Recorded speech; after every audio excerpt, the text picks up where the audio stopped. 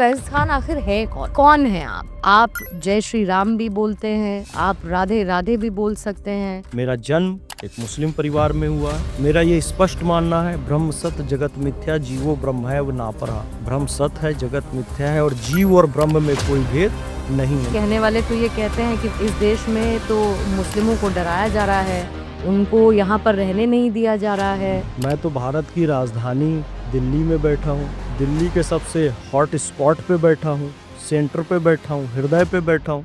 तो ये केवल एक नैरेटिव है। कि जब इस देश को हिंदू राष्ट्र बनाने की बात होती है तो बहुत सारे लोगों को दिक्कत होने लगती है। कहते हैं जी हिंदू राष्ट्र कैसे बन जाएगा। जो कौम चीटी खा ले कुछ वो भूखी ना रहे, उसका ध्यान रख रही है। उसका राज यदि ऑफिशियली बन जाए हिंदू राष्ट्र तो किसी मुसलमान पे जुल्म होगा। अब जिहाद के मायने क्या है? मैं मुसलमान हूँ, मुझे जिहाद का मतलब पता है। क्रोध, लोभ, मद, अहंकार ये ना आए हमारे अंदर। कैसे हम उस श्रेष्ठ भारत की तरफ बढ़े जिसका सपना हर एक सच्चा हिंदुस्तानी आज की तारीख में देखता है। भारत को बदलने के लिए हमें अपनी जहनियत को बदलना होगा। आज अगर श्री कृष्ण होते तो क्या कहते? उनका जो वाक्य है ना, धर्म क्षेत्रे कुरुक्षेत्रे संवेता युत सवा, कि धर्म का क्षेत्र कुरुक्षेत्र है। कृष्ण होते तो नहीं, कृष्ण है। नमस्कार, मैं हूं आपके साथ पूर्णिमा मिश्रा और आज हैं हमारे खास मेहमान फैज खान पूर्णिमा मिश्रा स्पीक्स में। फैज खान साहब, आपका बहुत बहुत स्वागत करती हूँ। अस्सलाम वालेकुम। वालेकुम अस्सलाम। जय श्री राम, जय जिनेंद्र, नमो बुद्धाय, शलोम, वाहेगुरु जी दा खालसा, वाहेगुरु जी दी फतेह। जय श्री कृष्णा, जय श्री श्याम। दुनिया के सारे अभिवादन हमारे अपने अभिवादन है। लेकिन आपको सुनकर आज ऐसे बहुत सारे लोग हैं जिनके दिल पे छुरियां चलेंगी जब आप बोलेंगे जय श्री राम। एक बार तो एक पत्रकार महोदय रैंडमली आ गए मेरे पास, वो देखिएगा बहुत वायरल हुआ है कि भाई जय श्री राम आक्रामक नारा है। हमने कहा भाई क्या आक्रामक नारा है? तो पहले जय सिया राम कहा जाता था। हमने कहा महाराज श्री का मतलब नारी शक्ति से ही होता है। श्री का मतलब लक्ष्मी मैया है, श्री का ही मतलब सीता मैया है, श्री का ही मतलब गौरी मैया है। तो श्री जो है ना वो नारी शक्ति का ही प्रतीक है। श्री राम कहें उसका अर्थ भी सीता राम होता है। कई 1990 के बाद से कहा जा रहा है, उसके पहले तो जैसे हमने कहा ये बताओ कि खाटू श्याम जी जो हैं, है ना, जय श्री श्याम कहा जा रहा है। फिर श्री नारायण कब से कहा जा रहा है? श्री नारायण तो बहुत पुराना है। श्री लक्ष्मी जी हैं, नारायण विष्णु जी हैं, वही श्री सीता जी हो जाती है और वही नारायण राम जी हो जाते हैं।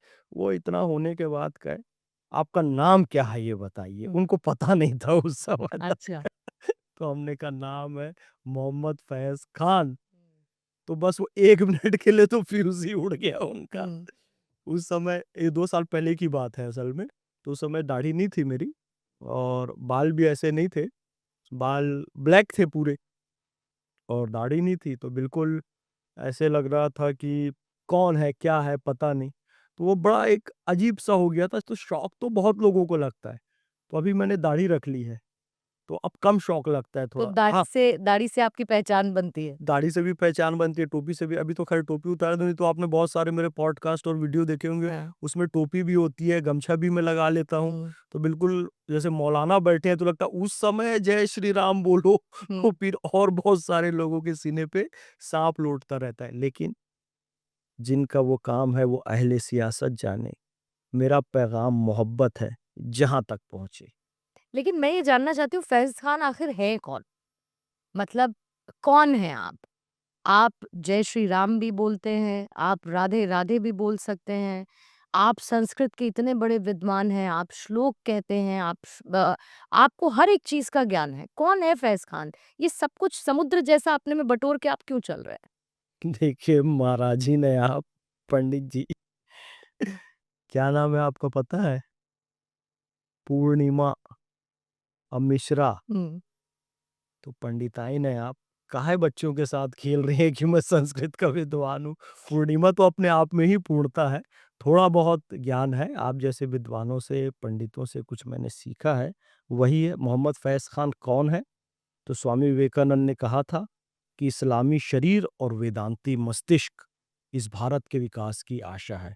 मैं स्वामी विवेकानंद की भविष्यवाणी का मूर्त रूप हूँ। मेरा जन्म एक मुस्लिम परिवार में हुआ है, यानी शरीर इस्लामी मुस्लिम परिवार से, लेकिन मस्तिष्क में वेदांती ज्ञान भरा हुआ है। मेरा ये स्पष्ट मानना है, ब्रह्म सत्य जगत मिथ्या, जीवो ब्रह्म है व नापरा। ब्रह्म सत्य है, जगत मिथ्या है और जीव और ब्रह्म में कोई भेद नहीं है। मेरा स्पष्ट मानना है, सर्वम खलविदम ब्रह्म, सब ब्रह्म है। मेरा स्पष्ट मानना है, अयमात्मा ब्रह्म, दिस सेल्फ इज ब्रह्म। मेरा स्पष्ट मानना है, प्रज्ञानम ब्रह्म, दिस कॉन्शियसनेस इज ब्रह्म। मेरा स्पष्ट मानना है, तत्वमसि, वह जो आईने में दिखाई दे रहा है वह तुम हो, तत्वमसि। मेरा मानना है, अहम ब्रह्मास्मि। मैं भगवान नहीं हूं, मैं भक्त भी नहीं हूं, मैं शैतान भी नहीं हूं। अहम ब्रह्मास्मि। मैं ब्रह्म का अंश हूं और निश्चित रूप से एक दिन उस स्थिति में पहुंचूंगा कि मैं प्रज्ञा के साथ कह सकूं, अहम ब्रह्मास्मि। मैं भौतिक दृष्टिकोण से 1/140 करोड़ भारत हूं।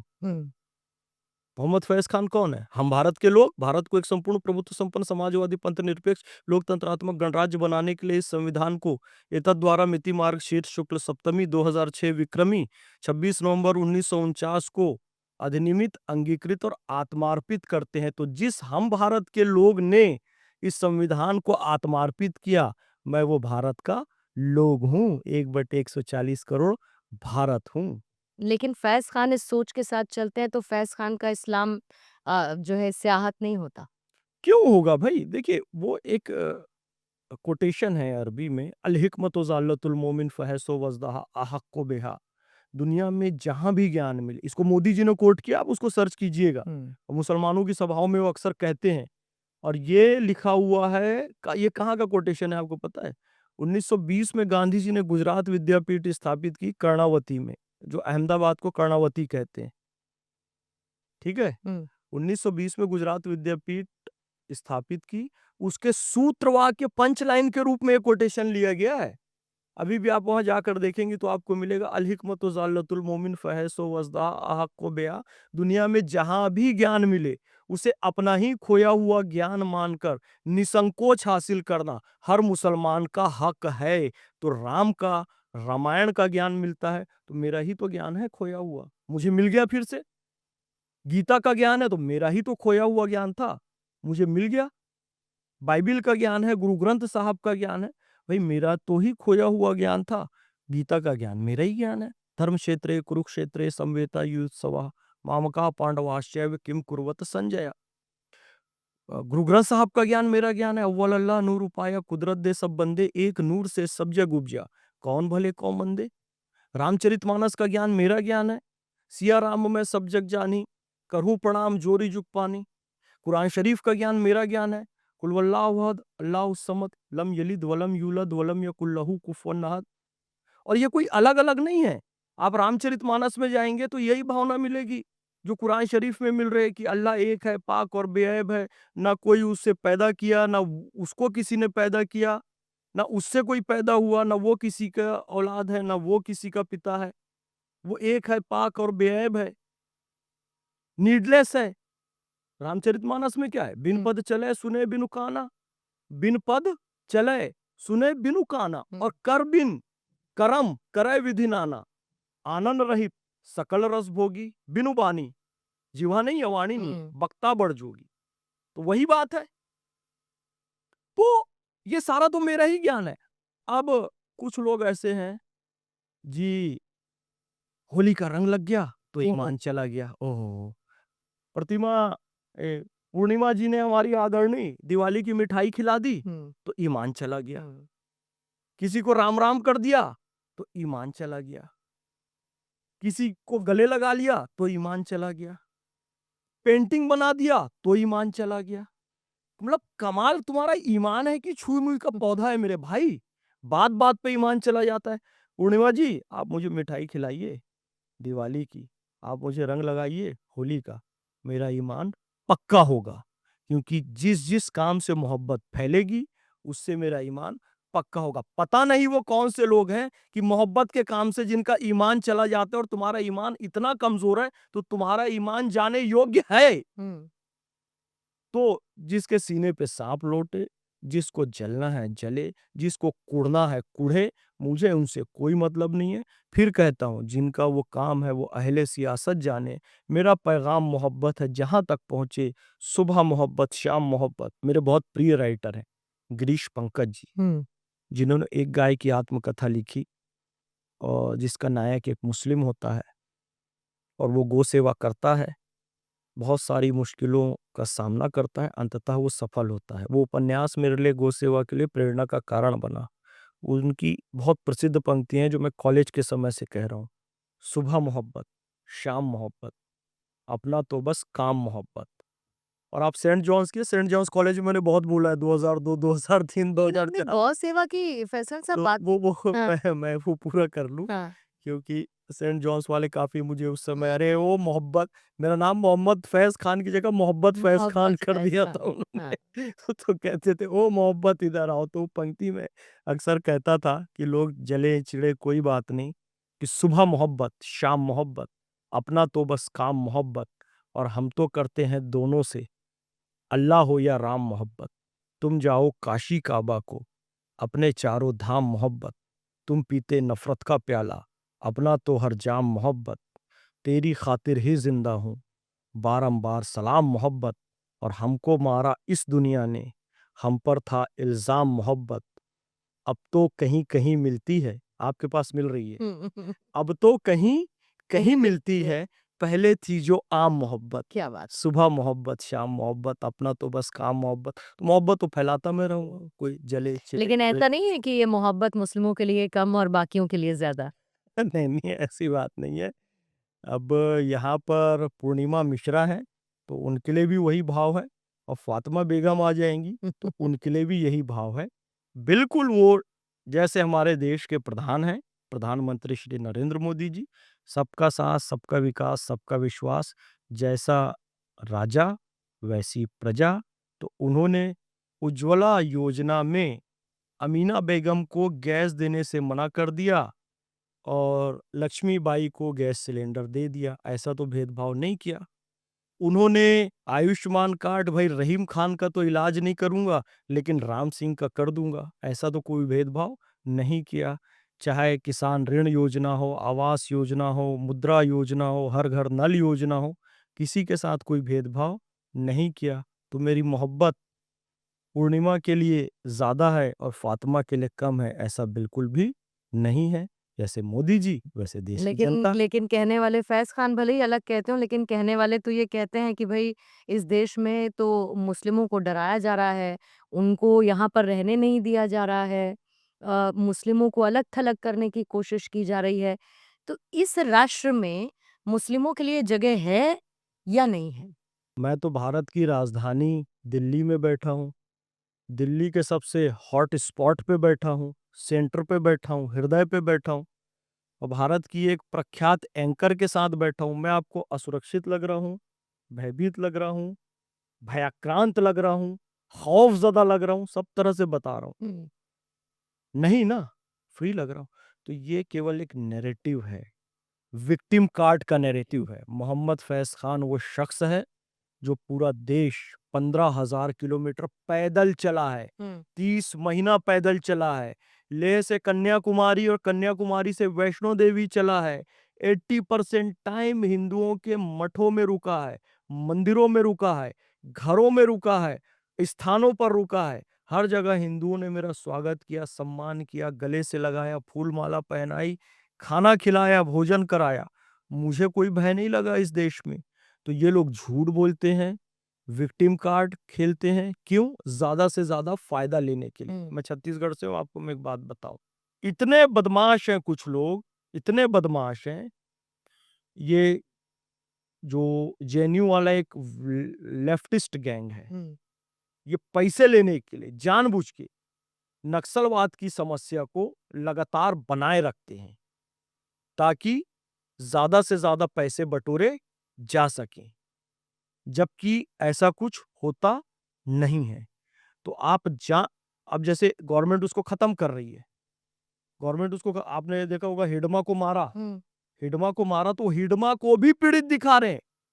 मतलब प्रोटेस्ट हुआ मतलब एयर पोल्यूशन के नाम पे प्रोटेस्ट हुआ और उसमें हिडमा का स्वागत सत्कार किया जा रहा है। हिडमा के नाम को लेकर समर्थन में नारेबाजी की जा रही है। व्हाट आई एम सेइंग, यही मैं कहना चाह रहा हूँ कि कांग्रेसियों को शर्म आनी चाहिए। मैं आपके साथ बैठ के कह रहा हूँ, क्यों? कांग्रेस के प्रख्यात नेता विद्याचरण शुक्ल जी, वो ऐसी शख्सियत थे, क्या बीजेपी, क्या कांग्रेस, कोई पार्टी, हिंदू मुस्लिम, और सब उनका नक्सलियों के सम्मान हमले करते में थे। पूरी की पूरी कांग्रेस की टॉप लीडरशिप खत्म हो खत्म हो गई और मारने वाला वही हिडमा था, हम्म। उसी की टीम थी। आप वो हिडमा की जय कह रहे हो, उसको फिर से उभार रहे हो, कह रहे हो बेचारा आदिवासी था। ये विक्टिम कार्ड ना, ये कट्टरपंथी मौलाना भी खेलते हैं। जो जेएनयू के जोकर कुछ खेलते हैं, सब नहीं कहूंगा, लेकिन कुछ जेएनयू जोकर्स हैं जो कभी नहाएंगे नहीं और क्रांति क्रांति खेलते रहेंगे, गांजा पीते रहेंगे, सिगरेट पीते रहेंगे, शराब पीते रहेंगे, और कोई नई लड़की आई तो चलो भाई क्रांति सिखाते हैं तुमको। उनकी क्रांति कैसे होती है पता है? जाके टाटा के सामने, जाके महिंद्रा के सामने प्रदर्शन कर रहे हैं। फिलिस्तीन पर अत्याचार कर रहा है टाटा महिंद्रा। अरे टाटा महिंद्रा हमारे देश की कंपनी है भाई, हम उससे खरीदेंगे। जहां जहां लोग प्रदर्शन करते हैं उसकी बिक्री बढ़ जाती है। नहीं, लेकिन ये बताइए मुझे फैज़ खान कि ये देश लेफ्टिस्ट राइटिस्ट, आपने कहा कि एक लेफ्टिस्ट गैंग है। ये लेफ्टिस्ट राइटिस्ट में देश बँटा क्यों? विचारधारा अलग है इसीलिए लेफ्टिस्ट राइटिस्ट हो गया, या अ, या ये देश बाँटने का एक तरीका हो गया? लोकतंत्र की तो खूबसूरती है ना, आप जो सोचें आप वो कहें। यही तो भारत में खूबसूरती है कि आपके जो मन में आए आप कहें, आप जैसा सोचते हैं आप कहें। इनकी तो आज़ादी है ही, तो फिर बाँटना क्यों है लेफ्टिस्ट राइटिस्ट में? ये आजादी नहीं है, ये आवारगी है। आजादी और आवारगी में फर्क होता है। आपको बोलने की आजादी है, बिल्कुल बोलिए, स्वागत है। आप भी बोल रही हैं, मैं भी बोल रहा हूं, लेकिन मैं जिस थाली में खाना खा रहा हूं उसमें छेद कर दूं और कहे मुझे छेद करने की आजादी है। मैं कहूं भारत तेरे टुकड़े होंगे इंशाअल्लाह। मैं कहने लगूं कश्मीर की आजादी तक जंग रहेगी, भारत की बर्बादी तक जंग रहेगी। और कोई कहने लग जाए कि चिकन नेक काट देंगे, आसाम को अलग कर देंगे भारत से। कोई कहने लग जाए कश्मीर में कि आजादी का मतलब क्या, ला इलाहा इल्लल्लाह। और ये मदनी गैंग, मदनी नहीं आमदनी, क्योंकि मदनी पैगंबर हजरत मोहम्मद सल्लल्लाहु अलैहि वसल्लम का नाम है, हमारे नबी का नाम है। ये आमदनी गैंग है। ये कहने लग जाए, ओ पूर्णिमा मिश्रा जी, आपको हमारी इबादत का तरीका पसंद नहीं है, हमारा खान पान आपको पसंद नहीं है, हमारी तरीका कपड़ा लत्ता आपको पसंद नहीं है, तो आप छोड़कर भारत चले जाओ। ये महमूद आमदनी का सेंटेंस है। जिन्ना की औलाद है ये। कौन? ये महमूद आमदनी, अरशद आमदनी। ये लोग कह रहे हैं हमने पाकिस्तान को नकारा। सुनना, आप पूछ रहे बोलने की आजादी है, बोलने की आजादी नहीं है। ये जिस थाली में खाना उसमें छेद करना है, जिस थाली में खाना उसमें छेद करना है। जिन्ना ने सेम सेंटेंस कहा था। हमारा इनके खान पान से क्या मतलब होता है पता है? हमारा खान पान क्या? अलग है।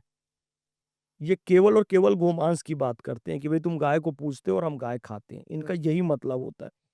आप जिन्ना की हिस्ट्री उठाकर देखिए, जिन्ना पाकिस्तान मांग रहा था तो क्या कह के मांग रहा था? हमारा खान पान अलग है, हमारी इबादत का तरीका अलग है, हमारा पहनावा ओढ़ावा अलग है, हम हिंदुओं के साथ रह ही नहीं सकते, तो हमको हमारा अलग देश दे दो। और उसने अलग देश ले लिया, इस्लामिक रिपब्लिक ऑफ पाकिस्तान बनाया। कुछ लोग, सारे मुसलमान नहीं, बहुत सारे अच्छे मुसलमान हैं इस देश में, देशभक्त हैं, लेकिन कुछ लोग जानबूझकर जिन्ना के साथ नहीं गए। कुछ तो देशभक्ति के कारण भारत में रहे, कुछ जानबूझ के नहीं गए कि उसने इस्लामिक राष्ट्र बना लिया, भारत को हम इस्लामिक राष्ट्र बनाएंगे। उनमें से एक ये महमूद आमदनी जैसे लोग हैं। सेम भाषा कैसे बोला जिन्ना की तरह कि हमारा खान पान अलग है, हमारा पहनावा अलग है, हमारी इबादत अलग है। तो अब वो ये नहीं कह रहा है कि हमको अलग देश दो भारत में, अब वो कह रहा है कि जिसको ये पसंद नहीं वो भारत छोड़कर चला जाए। ये बोलने की आजादी है? हैं? ये कोई बोलने की आजादी है कि कम्युनिस्ट को बोलने का अधिकार है, इस्लामिक कट्टरपंथी को बोलने का अधिकार है, फैज खान आपको बोलने का अधिकार है? लेकिन वो बोलने के अधिकार में थाली में छेद नहीं कर सकते, नहीं तो जेल में जाओगे, नहीं तो इंडियन आर्मी तुमको तुम्हारी औकात दिखाएगी। लेकिन मदनी तो कहते हैं कि जब-जब ऑपरेशन होगा, जब-जब दबाया जाएगा तो जिहाद होगा। अब जिहाद के मायने क्या हैं? आतंकी भी जिहाद करते हैं। एक पूरा का पूरा वर्ग है जो जिहाद को वाजिब ठहराता है, जिसमें खुद एक महमूद मदनी भी हैं। तो जिहाद क्या है भाई? जिहाद, महमूद मदनी, और मुझे तो शर्म आती है, समाजवादी पार्टी और कांग्रेस के कुछ नेता भी उस जिहाद को समर्थन दे रहे हैं। भाई मेरे साथ चैनल पे बैठे हैं, कहे महमूद मदनी ने कुछ गलत नहीं कहा, ऐसे कह रहे हैं। इनको जोगेंद्र नाथ मंडल का हाल नहीं पता है, जिन्ना को उसने समर्थन किया था और फिर जूते मारकर भगाया गया था, सब कुछ खत्म कर दिया गया था। मैं मुसलमान हूँ, मुझे जिहाद का मतलब पता है। और आरिफ मोहम्मद खान साहब मुझसे ज़्यादा पढ़े लिखे समझदार व्यक्ति हैं, उन्होंने जिहाद का मतलब बताया है। जिहाद अलग-अलग तरह के होते हैं। बेशक एक मायने जिहाद का ये होता है नफ्सी जिहाद, यानी कि इंद्रिय नियंत्रण, क्रोध, लोभ, मद, अहंकार ये ना आए हमारे अंदर, तो हमें लड़ना है इससे। जैसे अरिहंत कहा गया जैन परंपरा में कि अरि यानी शत्रु, हंत यानी मारने वाला, अरिहंत। तो शत्रु कौन है? बाहर नहीं है, हमारे अंदर क्रोध, लोभ, मोह है। तो वो जिहाद है अपने अंदर के शत्रु को समाप्त करना। एक जिहाद है जद्दोजहद, संघर्ष संघर्ष करना अच्छे करियर के लिए, नौकरी के लिए, बिजनेस के लिए। लेकिन आरिफ मोहम्मद खान साहब बता रहे हैं कि मदरसों में आज जो जिहाद का मीनिंग बताया जा रहा है वो क्या है? मैं आपको प्रपोजल दूं, दावत दूं कि आप इस्लाम कबूल कर लीजिए। यदि आप इस्लाम कबूल नहीं करते हैं तो आपसे जंग करना जिहाद है। ये महमूद मदनी एंड गैंग के द्वारा संचालित जो मदरसे हैं वहां पे ये पढ़ाया जा रहा है, जो कि आरिफ मोहम्मद खान साहब ने सिलेबस निकाल के दिखाया था, ऑन एयर मीडिया के सामने दिखाया था। और आपने इस्लाम कबूल कर लिया तब तो ठीक है। आप कहे जी मैं हिंदू रहना चाहती हूँ, तो आपको जजिया कर देना पड़ेगा। जजिया कर क्या है? हिंदू होने का टैक्स। आपको पूजा पाठ करनी है, हिंदू रहने तो टैक्स दो। आप जजिया टैक्स भी नहीं दोगे और आप मुसलमान भी नहीं बनोगे। तो फिर उसके बाद एक ही उपाय बचता है जो 4 साहबजादों के साथ किया गया, जो संभाजी महाराज के साथ आपने फ़िल्म देखी होगी, किया गया, जो कई हिंदुओं के साथ किया गया, मंदिरें तोड़ दी, हत्या कर दी गई। तो एक मीनिंग जिहाद का ये भी पढ़ाया जाता है और उसी के आधार पर हिजबुल मुजाहिदीन संगठन बना है। जिहाद करने वाले लोगों का संगठन मुजाहिदीन, यानी जो जिहाद कर रहे हैं, लश्कर तोयबा, हिजबुल मुजाहिदीन, लश्कर झांगवी, इंडियन मुजाहिदीन, ये सब उसी पैटर्न पर चल रहे हैं। तो तो इनके मदनी और इनका जिहाद अलग है कि एक है? हैं? मदनी और इनका जिहाद बता अलग दिया है मैंने, कि अब एक है? बता दिया, वो बात बता दिया कि इस्लाम के लिए इनवाइट किया और आप इस्लाम स्वीकार नहीं करें तो आपसे जंग करना, ये जिहाद है।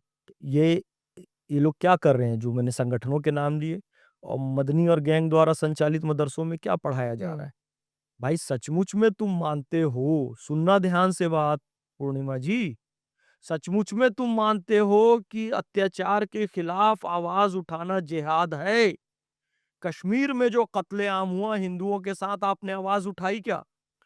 500 परिवारों को मुर्शिदाबाद से निकाल दिया गया, आपने आवाज उठाई क्या?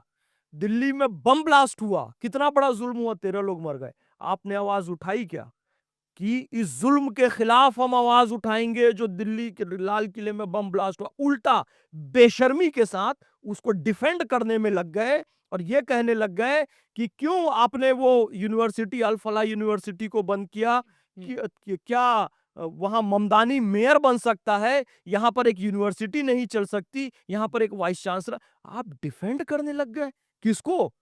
और जी कोई धर्म नहीं होता, आतंकवाद का कोई धर्म नहीं होता, उनको फंसाया जा रहा है। बेशर्मी से 13 लोग जो मरे हैं उनका आप उन आतंकवादियों का डिफेंड कर रहे हैं जिन्होंने 13 लोगों को मारा एक है। और बात बोली आपको गई, हाँ, एक और बात बोली गई कि ये कश्मीर की दबी हुई आवाज़ है जो देश की राजधानी दिल्ली में सुनाई दी। इसीलिए मैंने इन लोगों को कहा बिके हुए लोग हैं ये आतंकियों के स्लीपर सेल हैं। कश्मीर की दबी हुई आवाज मतलब आतंकवाद को खुलेआम मदनी गैंग सपोर्ट कर रहा है, आतंकवाद का स्लीपर सेल बना हुआ है, आतंकवाद को प्रत्यक्ष अप्रत्यक्ष रूप से मानसिक, आर्थिक, शारीरिक सहयोग कर रहा है और कहते हैं जी जिहाद का मतलब सेवा करना है, जिहाद का मतलब जुल्म के खिलाफ आवाज उठाना है। अरे हिंदुओं के साथ ज्यादा जुल्म हुआ था, उन्होंने तो ये बम ब्लास्ट नहीं किया, बम ब्लास्ट को आप जस्टिफाई कर रहे हो, आप लोगों को शर्म आनी। और ये जो अरशद मदनी है ना, इसको तो जनरल नॉलेज भी नहीं है। आप ही से मैं पूछूं, ममदानी मेयर बना, मेयर यानी महापौर होता है ना, जी, एक शहर का महापौर होता है, हुँ। और भारत में मुसलमानों को कुछ बनने का अधिकार नहीं है। अबे मेरे मुंह से क्षमा चाहूंगा फिर इधर उधर निकलेगा, अरे जाहिल आदमी, तू मेयर में ही अटका हुआ है, भारत में शिक्षा मंत्री बन गए सबसे पहले मौलाना अबुल कलाम आजाद। भारत में राष्ट्रपति बन गए, मेयर कुछ नहीं होता है राष्ट्रपति के सामने, जाकिर हुसैन साहब। भारतीय क्रिकेट टीम के कप्तान बन गए मंसूर अली खां पटौदी, मोहम्मद अजरुद्दीन। इंडिया की आर्मी को लीड कर लिया ब्रिगेडियर उस्मान ने, हवलदार अब्दुल हमीद ने और अभी कर्नल सोफिया कुरैशी ने। इंडियन फिल्म इंडस्ट्री में शाहरुख खान, सलमान खान, आमिर खान राज कर रहे हैं। भारत रत्न बने उस्ताद बिस्मिल्लाह खान साहब, अपने डॉक्टर एपीजे अब्दुल कलाम साहब राष्ट्रपति बने, डॉक्टर एपीजे अब्दुल कलाम साहब। ये अरशद मदनी मेयरमेंट का हुआ है, मतलब कितना जनरल नॉलेज में कमजोर है यार। घर बैठो, जो आप भारत में रहते हो ना, भारत में व्यवस्था बनाई गई है, आप 75 के बाद सन्यास आश्रम में राम राम जपो, अल्लाह अल्लाह जपो। ये मेमोरी आपकी लॉस हो गई है, तो आप घर में बैठिए, ऊल जलूल स्टेटमेंट देकर मुसलमानों को भड़काइए नहीं। लेकिन ये ऊल जलूल स्टेटमेंट तो ऐसे बहुत सारे मुसलमानों का फैज़ खान साहब ब्रेन वॉश कर रहे हैं ना, आप समझिए। काफ़िरों की बात होती है, बात जिहाद की होती है, कौन-कौन करता है? मौलाना बैठकर करते हैं, जब तकरीरें करते हैं, जब सभाएँ करते हैं या जुमे की नमाज़ के बाद जब लोग इकट्ठा होते हैं, तो ये बातें की जाती हैं। तो आप तो ब्रेन वॉश कर रहे हैं ना, फिर ब्रेन वॉश तो आतंकियों का भी होता है। ब्रेन वॉश फिर उन मुसलमानों का भी करने की कोशिश कर रहे हैं, जो ये सोचकर तालीम उन मौलानाओं से लेते हैं कि नहीं ये तो इस्लाम के बारे में बताएँगे, ये तो आपके ईमान के बारे में बताएँगे। बिल्कुल ये लोग ब्रेन वॉश कर रहे हैं और उसका परिणाम ये है, मैं अपने तमाम मुस्लिम भाइयों से गुजारिश करता हूँ, पूर्णिमा मिश्रा स्पीक्स इस पॉडकास्ट में, कि मेरे भाई इन मौलानाओं के बहकावे में आपको नहीं आना है। गल्फ के जो 8-10 देश हैं मुस्लिम देश, वो इस कट्टरपंथ से आगे निकल चुके हैं, बहुत आगे निकल चुके हैं। ये जो जमात है ना, कौन-सी तबलीगी जमात, आपको पता है? सऊदी अरब में बैन है। जहाँ से इस्लाम आया, उस सऊदी अरब में तबलीगी जमात बैन है। किस सेंटेंस के साथ? कभी गूगल में सर्च करके देखिएगा, आतंक का द्वार। क्योंकि उन्हें पता है ये लोग आएंगे तो यहाँ के लोगों का ही ब्रेन वॉश करेंगे, जबकि सऊदी अरब डेवलप्ड नेशन बनने की स्थिति में है। मैं भी बहरीन होके आया, सऊदी होके आया, यूएई दुबई होके आया। वहां तो एयरपोर्ट में भी महिला पुरुषों की एक लाइन है, अपने यहाँ भारत में नहीं है अभी तक। जब मैं तो खुद विदेश जाती हूँ तो मुझे ऐसा लगता है कि जैसे हमारे यहाँ ही मुसलमान हैं अलग। हाँ, विदेशों में कोई ऐसा भेदभाव कि कुछ भी ऐसी बातें नहीं है, एक माइंडसेट बहुत अलग हाँ। है। हमारे देश में ऐसा लगता है कि दबे-कुचले मुसलमान हैं हाँ। बस, क्योंकि उनको वैसा बताया जा रहा है। वही उनका ब्रेन वॉश करके उनको उन्हें बता बार-बार ना आप पीड़ित हो फ़ील कराया जा रहा है। जबकि मुसलमान यहाँ बहुत अच्छी स्थिति में कमा रहा है, खा रहा है, रोज़गार पा रहा है, योजनाओं का लाभ औसत से ज़्यादा ले रहा है। वो इनके कारण वो मीम बनते हैं कि भाई अब्दुल आया, अब वो राशन मोदी जी ने जो बाँट रहे हैं वो राशन लेके आएगा, उससे खाना खाएगा और जो गर्भवती पत्नी वाली जो डिलीवरी वाली योजना है उससे डिलीवरी करवाएगा। उसके बाद उज्ज्वला गैस में उसके यहाँ खाना बनेगा, उसके बाद इलाज करवाएगा आयुष्मान कार्ड से और प्रधानमंत्री आवास से घर लेगा और उसी घर में बैठकर बोलेगा, यार मुसलमानों पे बड़ा ज़ुल्म हो रहा है। तो आप लोगों के कारण मीम बन रहा है और इनका जो ब्रेन वॉश किया जा रहा है ना, वो बड़ा खतरनाक है। भारत और भारतीयता के मुद्दों को छोड़कर मुसलमान फ़िलिस्तीन की जय कह रहा है। ये बहुत खतरनाक स्थिति है। सोचने वाली बात है यार, आप भारत और भारतीयता के मुद्दे पर काम नहीं कर रहे हो, जय फिलिस्तीन कह रहे हो।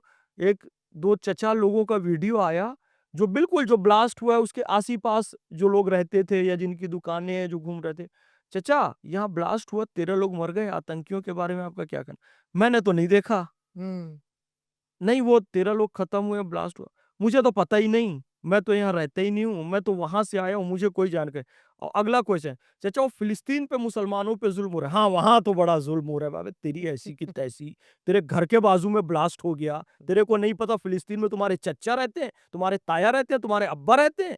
फिलिस्तीन की पूरी जानकारी और फिलिस्तीन वाले साले सब फेक वीडियो। मैं अब शब्द नहीं निकले, लेकिन मुझे गुस्सा आता है इन लोगों पर।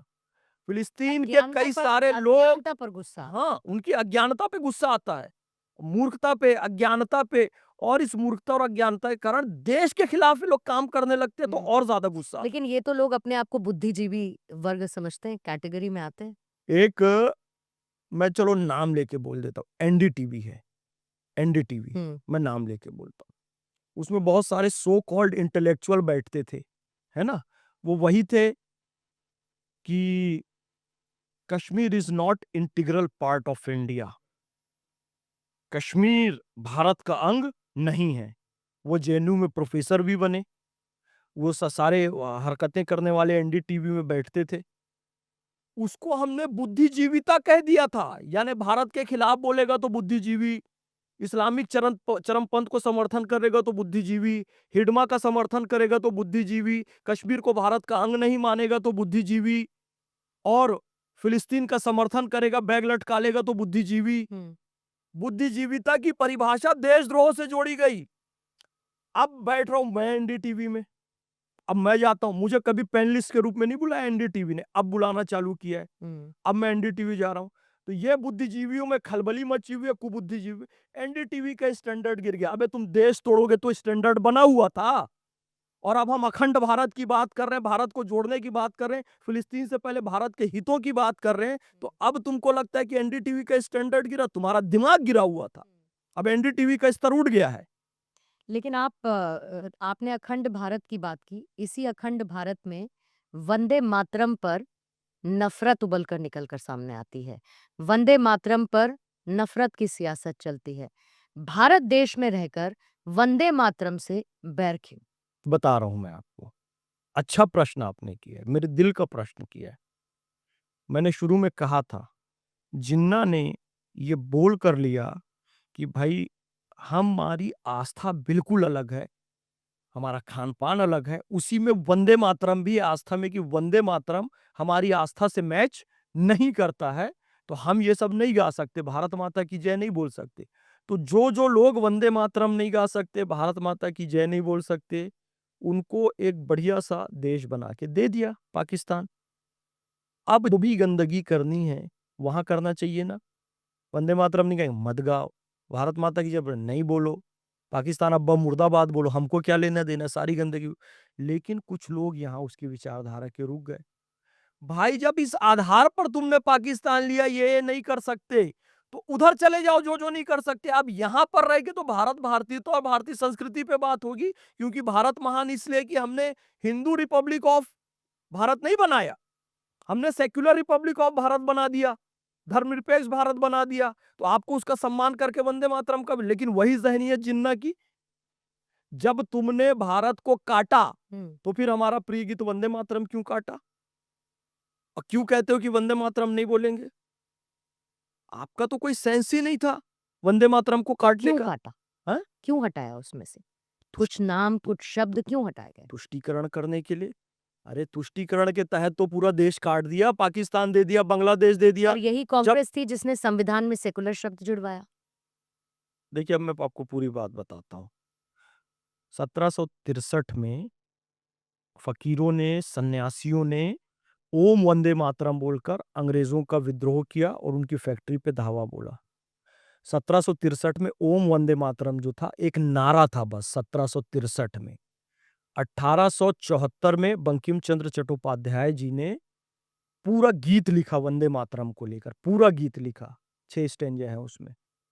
और 7 नवंबर 1875 को बंग पत्रिका में वो गीत छपा पहली बार। जो हम कहते हैं ना 150 वर्ष हो गए, तो 7 नवंबर 1875 को छपा, तो 2025 को 150 वर्ष हुए। फिर 1882 को एक उपन्यास लिखा उन्होंने, ध्यान दीजिएगा, उस उपन्यास का नाम था आनंद मठ।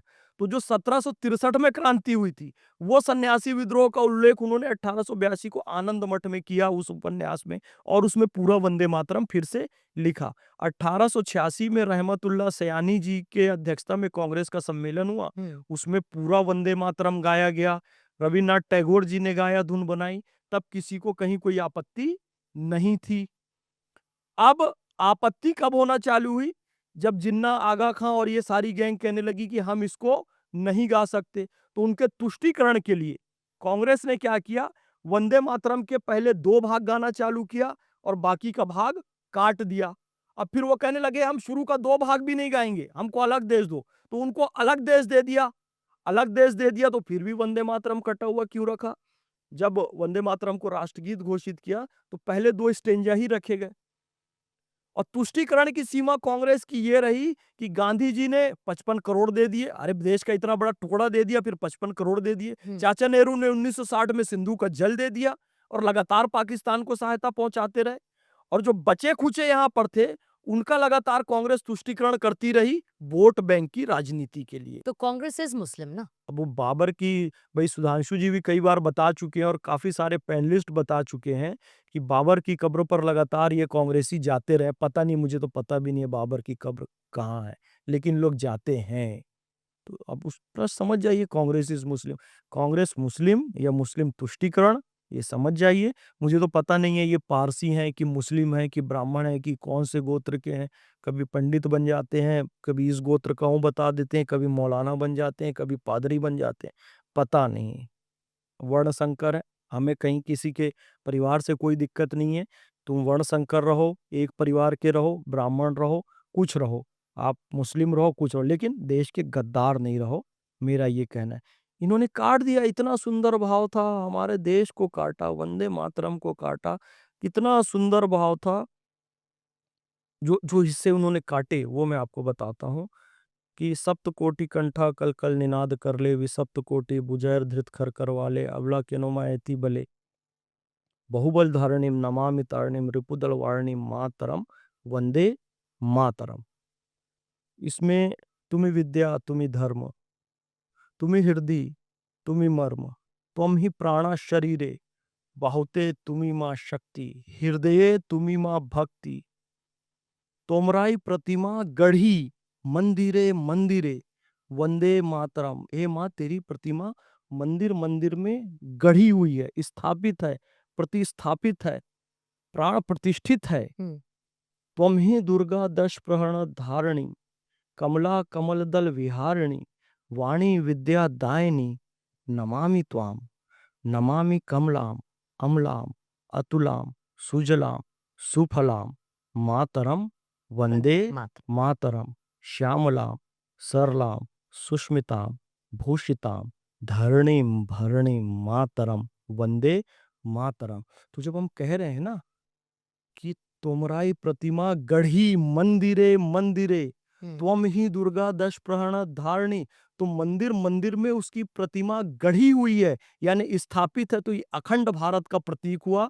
किस मंदिर में माँ की प्रतिमा स्थापित है, गढ़ी हुई है? माता वैष्णो देवी में उत्तर में, दक्षिण में कन्याकुमारी में, कामाख्या देवी पूरब में आसाम में, और सुदूर अखंड भारत माता हिंगलाज देवी पाकिस्तान में, सुदूर अखंड भारत ढाकेश्वरी देवी ढाका में, मध्य में माता विंध्यवासिनी, माता महामाई, माता बमलेश्वरी, माता दंतेश्वरी, ये सारी प्रतिमा माता विंध्यवासिनी कहाँ स्थापित है?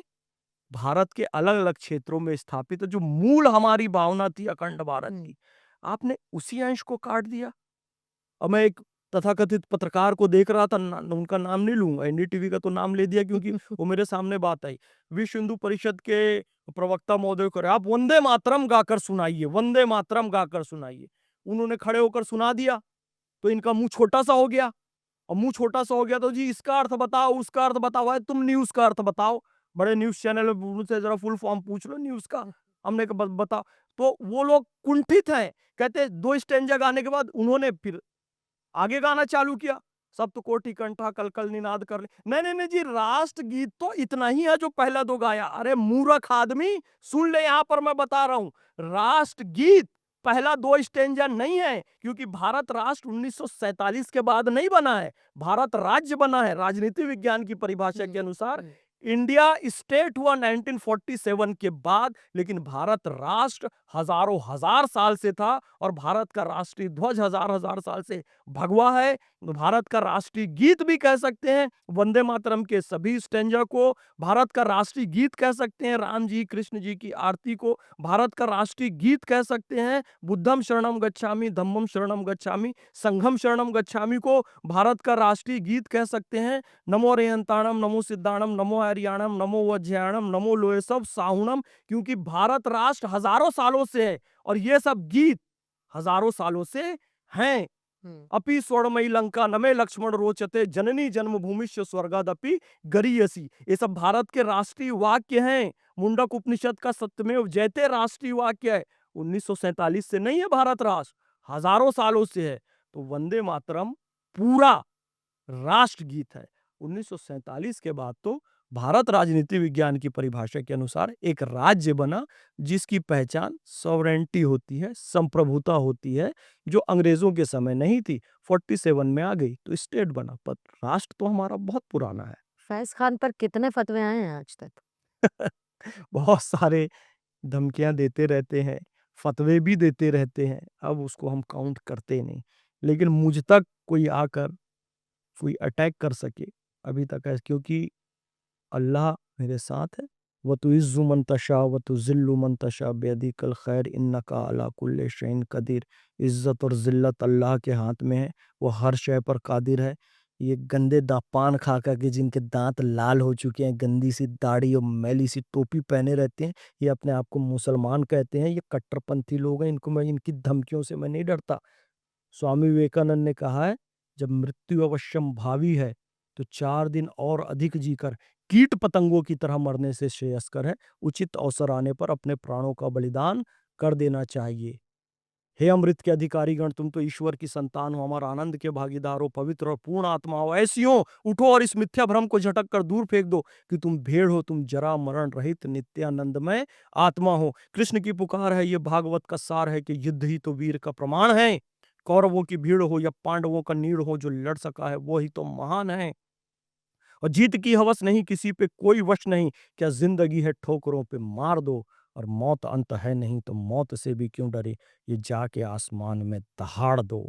देखिए बात यह है, मरना तो है ही, हुँ। तो कोई धमकी दे, फतवा दे, उनसे भयभीत हुए बिना हमें अपना कार्य करते रहना है। जिस दिन जाना होगा चले जाएंगे, लेकिन जब तक जिएंगे निर्भीक होकर जिएंगे। पूर्णिमा जी, सीधी बात। ये बताइए कि जब इस देश को हिंदू राष्ट्र बनाने की बात होती है, तो बहुत सारे लोगों को दिक्कत होने लगती है। कहते हैं, "जी, हिंदू राष्ट्र कैसे बन जाएगा?" लेकिन थोड़ा इतिहास में चलते हैं और इतिहास में अ, कई ऐसे मंदिर थे जिनको तोड़कर मस्जिद बनाई गई, फिर उसके बाद बाबरी से लेके, फिर अब ज्ञान-वापी से लेके बहुत सारी बातें होती हैं। हमारी नींव क्या है?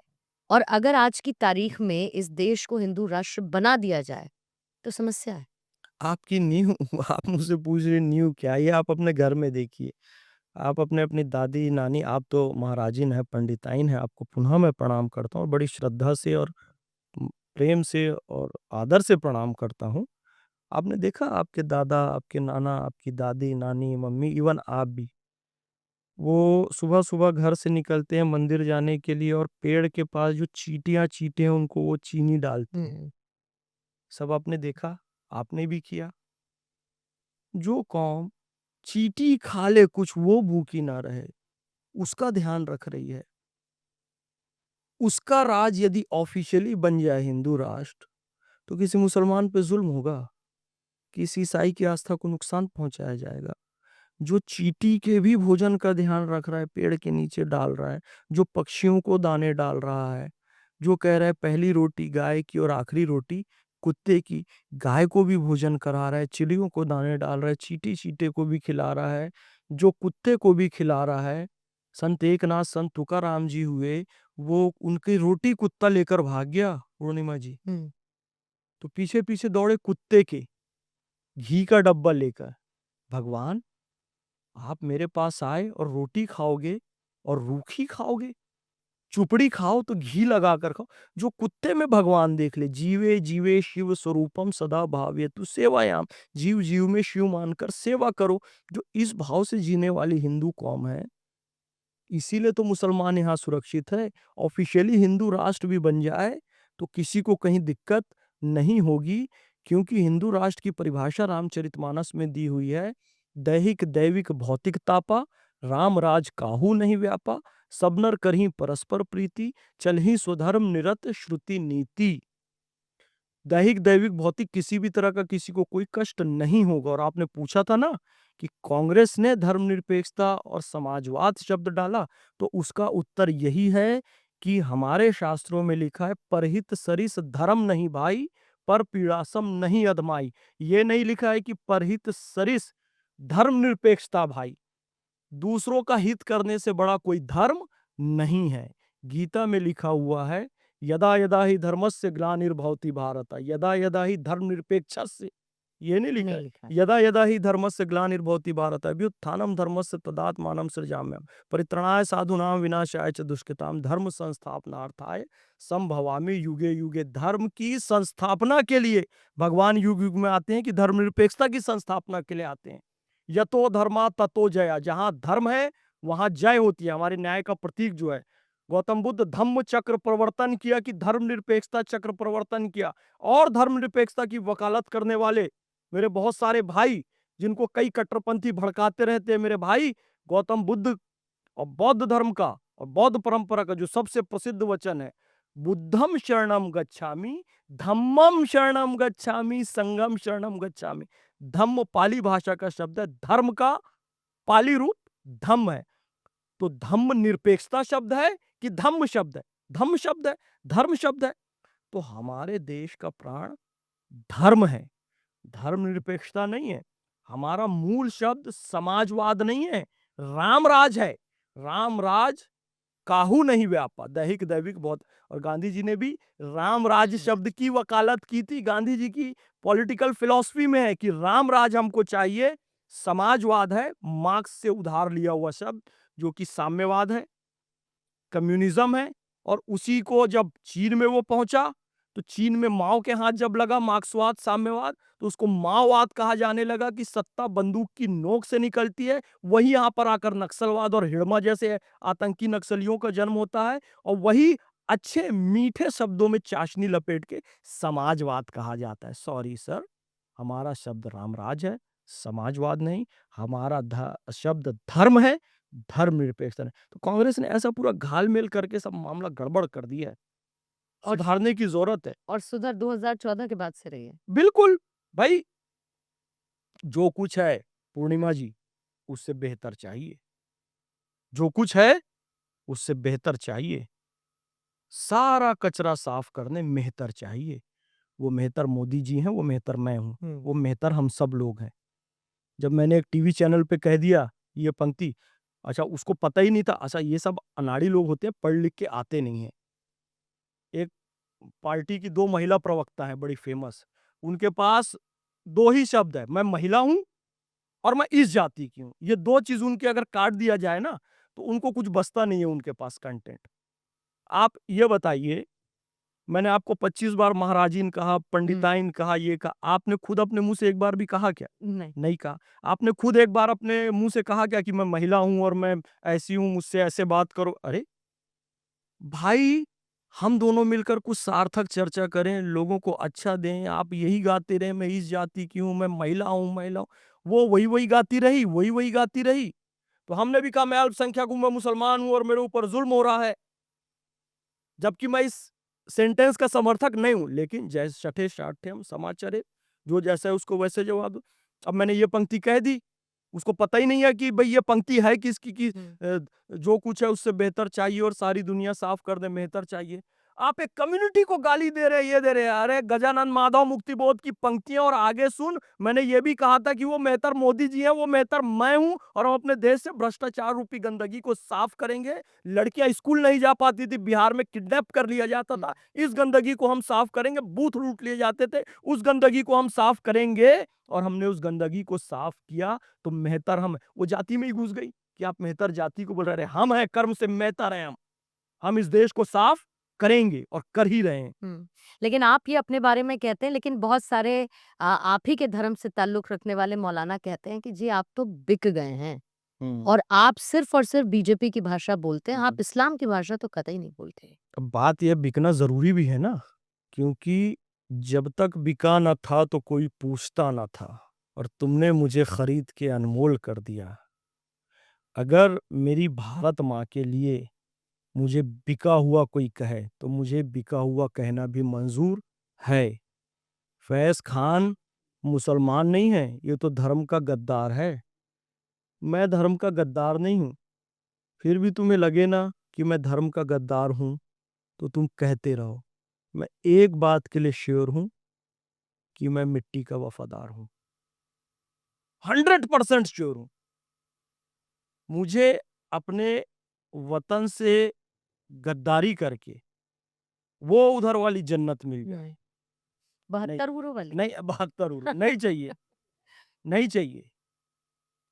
मुझे अपने वतन से गद्दारी मिलके उधर वो जन्नत मिल जाए 72 हूरों वाली नहीं चाहिए। अपने वतन से वफादारी करके इनके हिसाब से जहन्नम मिल जाए तो वो भी मुझे चाहिए। भाई वतन से गद्दारी तो मैं नहीं कर सकता, बिल्कुल नहीं कर सकता, और वतन से वफादारी करूँगा तो मैं यहाँ भी खुश रहूँगा, परलोक में भी खुश रहूँगा।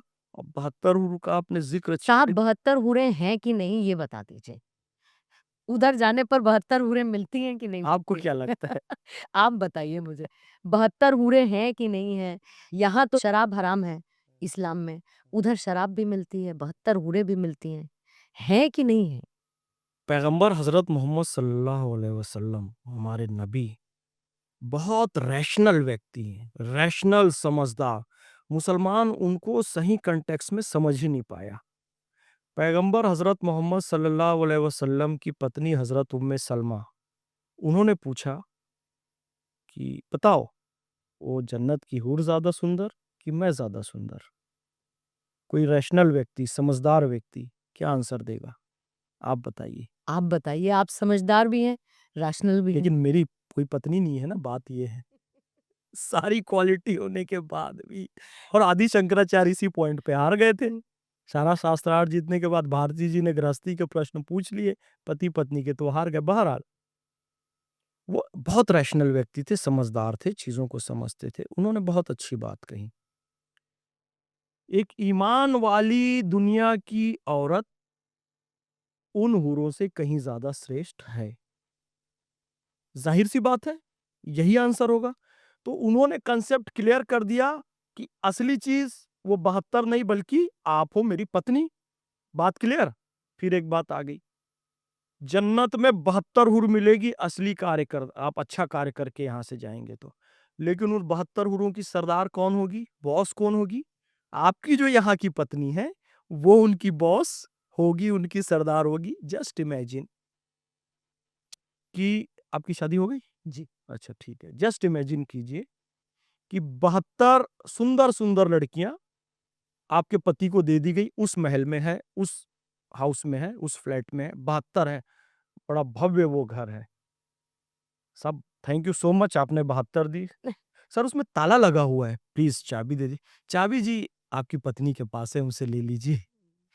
कैन यू इमेजिन, उनको 72 में से एक देखने भी मिलेगी। चाबी अगर पत्नी के पास हो वो तो तो ना इधर के रहेंगे ना उधर के रहेंगे। हाँ, चाबी मिलेगी, ना 72 मिलेगी। ना मिलेगी। और पत्नी उनका यूज करेगी भी तो 72 की, उनसे पोछा लगवाएगी, कपड़े धुलवाएगी, कि तुमको एंजॉय करने देगी। तो देखिए बिल्कुल इस्लाम, पैगंबर हजरत मोहम्मद सल्लल्लाहु अलैहि वसल्लम बहुत रैशनल है, बहुत लॉजिकल। उन्होंने क्लियर कट बता दिया इशारों इशारों में कि बेटा उधर के चक्कर में पड़ना नहीं। जो असली माल है, जो असली चीज है, जो असली तत्व है, जो असली सार है, जो असली स्वर्ण है, असली हीरा है, वो क्या है? वो तुम्हारी पत्नी है। तो उधर नकली माल के चक्कर में असली वाला माल नहीं खोना। और क्लियर किया, ध्यान देना, और क्लियर किया। ये तो पत्नी के बारे में आया, यानी कि बच्चों की मां, हमारे बच्चे की मां। अब अपनी मां जिसने हमें मां के कदमों में जन्नत है। हूर कहाँ है? जन्नत में। और जन्नत कहाँ है? मां के कदमों में। तो हूर कहाँ आ गई?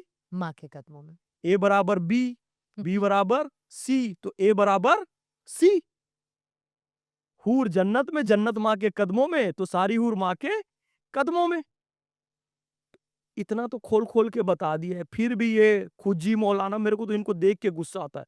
एक मौलाना के बेटे, खुश हो जाओ मुसलमानों, वहां 72 हूर मिलेगी, उनकी पिंडलियां ऐसी होंगी, वो इतनी लंबी होंगी, और उनको टकने का वो गूदा दिख रहा होगा, और ऐसा हो रहा। अबे शक्ल देख ले अपनी, अपने उनकी हदीसों को समझ ले, उनकी बात को रैशनैलिटी से समझ ले, तार्किकता से समझ ले, तो पता चलेगा। यहाँ की मैली कुचैली औरतों को छोड़ो, इनके, तेरी माँ मैली कुचैली औरत है मौलाना, तेरी बहन मैली कुचैली औरत है, तेरी पत्नी मैली कुचैली औरत है, तेरी बेटी जो तुझे बाबा बाबा अब्बा अब्बा करती हो मैली कुचैली औरत है। साले शर्म से डूब मरो तुम लोग, जन्नत की हूर मिलेगी। शक्लें देखे हो इनके, अपनी माँ बहन बेटी को, अपनी पत्नी को मैली कुचैली औरत औरत कह रहे हैं।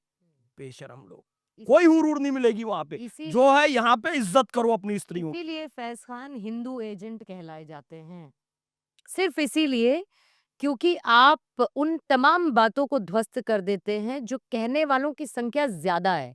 संख्या पर बात आ गई है तो ये बता दीजिए, माइनॉरिटी से मेजॉरिटी में जाकर ही मानेंगे क्या इस राष्ट्र में? माइनॉरिटी से मेजॉरिटी में जाकर ही मानेंगे क्या? ये मुझसे प्रश्न कर रही हैं आप? जी। मैं तो कभी अपने आप को माइनॉरिटी और मेजॉरिटी में गिनता ही नहीं हूँ। मेरा एक सूत्र वाक्य है, मैं 1/140 करोड़ भारत हूँ, बस।